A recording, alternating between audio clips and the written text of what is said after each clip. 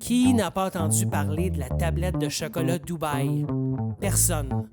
Ce produit a bénéficié d'une exposition monstre sur les réseaux sociaux, principalement sur TikTok, faisant grimper le prix de cette friandise de façon démesurée.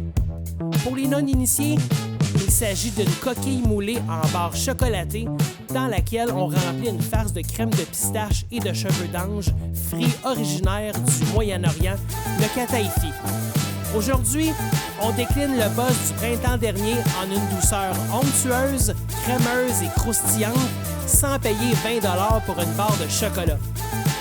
Voici donc votre prochain dessert qui fera craquer vos invités, la tartelette Dubaï. Bienvenue sur Flirt for Food.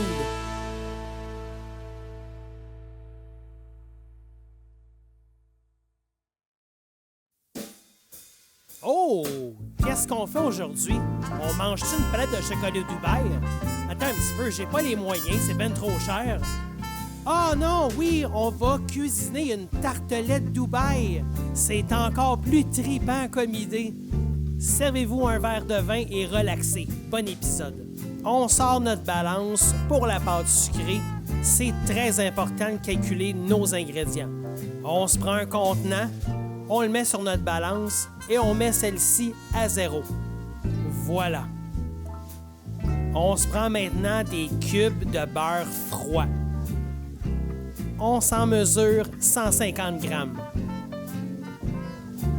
On met ensuite notre beurre dans le batteur sur socle et on installe la mèche qu'on appelle la feuille. On actionne notre batteur à basse vitesse pour que le beurre ramollisse. On augmente ensuite en vitesse moyenne pour faire crémer le beurre. On veut le rendre plus souple. Et on termine par la grande vitesse pour finir la pommade. On inspecte, c'est parfait. On se prend maintenant un nouveau contenant qu'on remet sur la balance pour la remettre à 0 et on met notre sucre à glacer. 95 grammes. On verse notre sucre à glacer dans notre batteur. On se prend un autre contenant qu'on met sur la balance. Même chose, on la met à 0 et on se met 30 grammes de biscuits spéculoos. On verse notre chapelure dans le bol de notre KitchenAid. On exploite le poulailler, on se craque un œuf qu'on dépose dans notre contenant. On termine avec notre pincée de sel. On fait la même opération, on démarre à basse vitesse pour faire ramollir notre mélange. On va à vitesse moyenne ensuite pour que ça soit plus souple. Et on termine à haute vitesse pour faire un beurre. Vous voyez la texture fondante? C'est exactement ce qu'il faut que ça donne. On arrête ensuite notre KitchenAid. Dans cet état-là, on a ce qu'on veut. On remonte le coup de notre batteur et on met un nouveau contenant sur notre balance qu'on remet à 0. On se calcule 250 grammes de farine tout usage, aussi appelée T55, et on la dépose dans notre batteur. Il me semblait qu'il était remonté, ce coup-là. Ben coudonc, j'ai raison de l'appeler la bête. On se débarrasse du contenant, on rebaisse le coup du batteur et on l'actionne de nouveau. On commence à basse vitesse pour mélanger notre farine et on fait monter graduellement notre vitesse pour pas trop agresser notre mélange. On est patient, le batteur fait le travail. On fait progresser notre vitesse, on voit que la farine vient de plus en plus dans la pâte et on fait évoluer notre vitesse encore plus. On se rend à la vitesse maximale et on finalise notre pâte sucrée. On relève notre coup de notre batteur et on admire. Voilà. On nettoie un peu notre feuille pour pas perdre de pâte. On retire et on enlève notre balance. Maintenant, à l'aide d'une maryse, on racle les côtés de notre bol à mélanger et on met la boule de pâte sur le plan de travail. On pétrit légèrement, on façonne en boule et voilà. On sépare notre pâte en 2 parties égales et on aplatit une demi-boule entre 2 feuilles de pellicule plastique pour en faire une mince galette. Aplatir sa pâte d'avance a son importance, vous allez comprendre pourquoi plus tard. On fait la même chose avec notre deuxième boule, on l'aplatit, on filme et on réserve au réfrigérateur pendant au moins 4 heures ou toute la nuit. C'est le temps de récupérer notre pâte sucrée, mais avant tout, on préchauffe notre four à 325. On reprend nos galettes. On retire le film plastique et on s'en débarrasse. On sort maintenant notre farine T55, notre rouleau, on enfarine notre plan de travail et le dessus de notre pâte. On roule notre galette pour l'amener à 3 mm. Il faut pas trop prendre son temps ni surmanipuler la pâte parce que plus que c'est chaud, plus c'est collant. On dispose notre anneau perforé et on trace notre abaisse en ajoutant environ 2 pouces de diamètre. On réserve l'excédent de pâte, on dispose notre anneau perforé et on commence notre abaisse. On manipule la pâte délicatement pour éviter de la couper avec l'anneau, en débutant par le centre et finir à l'extérieur avec nos pouces.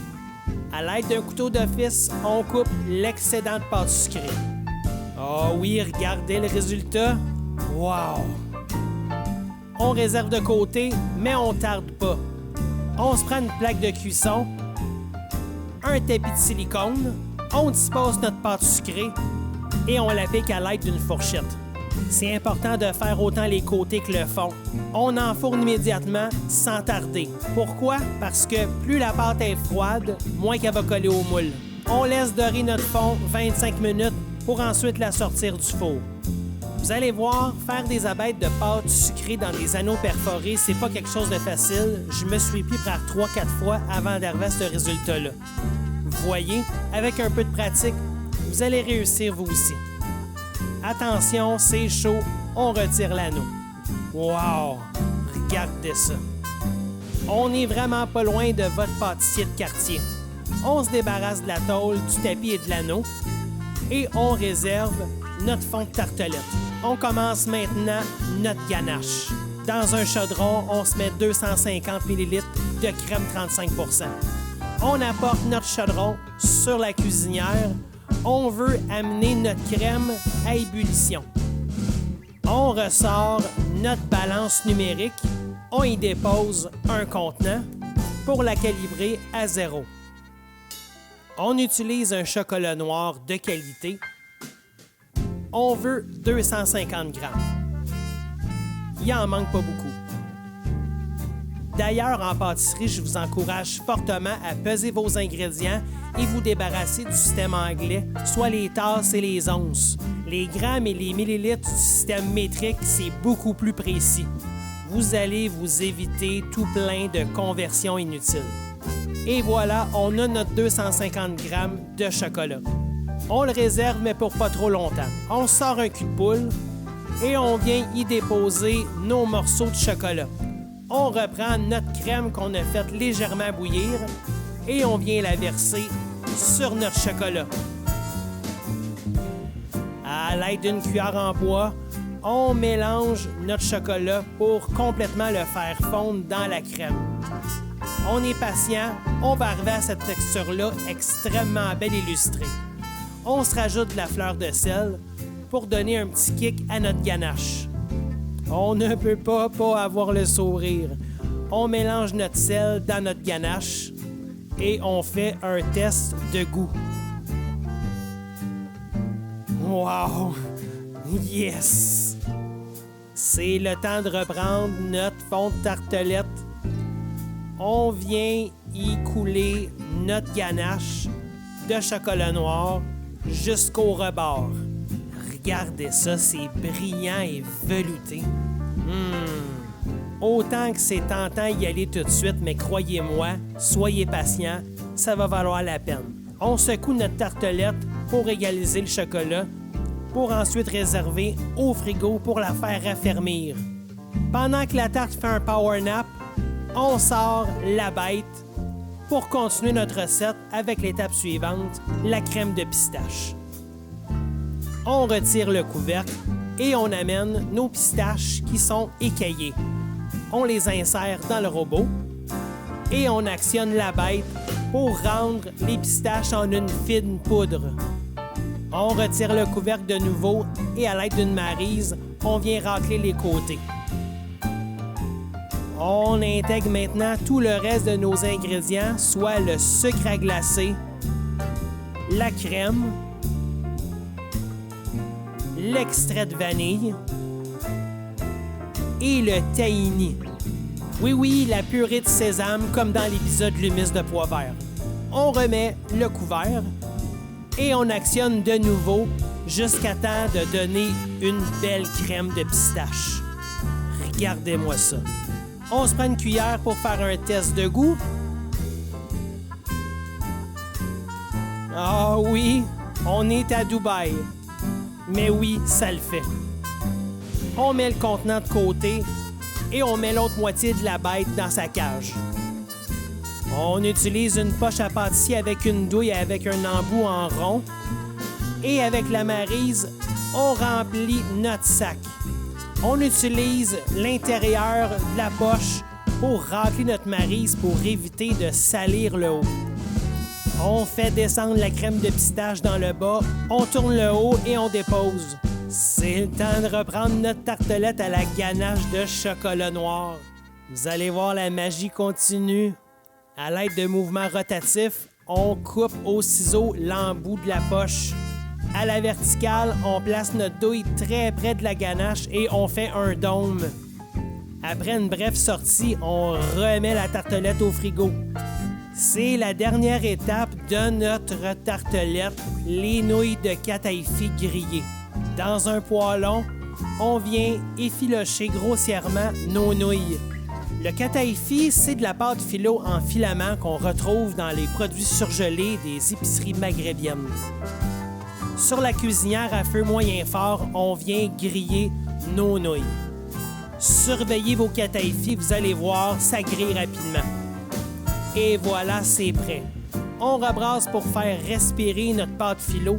On se prend un contenant et on réserve nos nouilles temporairement. Vous aimez ce que vous voyez? Allez encourager la chaîne YouTube Flirt for Food en likant la vidéo, en vous abonnant et en cliquant sur la cloche pour être averti pour chaque nouvelle recette. Et c'est maintenant le temps d'aller récupérer la tartelette qui est à sa quasi-finition. Wow, regardez ça! Ça donne hâte de voir le produit terminé, ça s'en vient. On reprend nos nouilles kataifi grillées et on vient saupoudrer le dessus de notre crème de pistache. On ne se gêne pas tout en retirant l'excédent et on réserve. Qui dit tartelette dit qu'on veut absolument voir l'intérieur, hein? C'est impératif. On la coupe en deux et on dévoile le produit fini dans son assiette de service. Oh, ça va être chaud dans le sens figuré du terme. Attention, on regarde ça. Oh, c'est vraiment réussi comme composition. Oh yeah! Gardez tous les étages, c'est vraiment sexy. Je vous encourage vraiment à faire la recette. Vous allez vous sentir en puissance. Assez parlé, on goûte. Attention, moment de suspense. Oh my God, oui! On goûte vraiment toutes les saveurs dans cette tartelette-là. La pâte sucrée au spéculoos, la ganache au chocolat noir avec la fleur de sel, la crème de pistache, les nouilles kataifi, même un peu le tahini. C'est vraiment, vraiment réussi. C'est la France et le Moyen-Orient dans un seul dessert. Et oui, c'est impossible de ne pas prendre une deuxième bouchée. Et regardez-moi ça. C'est vraiment hallucinant comme résultat tellement que c'est bon. J'en reviens pas. Je vous garantis, tous vos invités vont triper. Ben oui, je pars avec.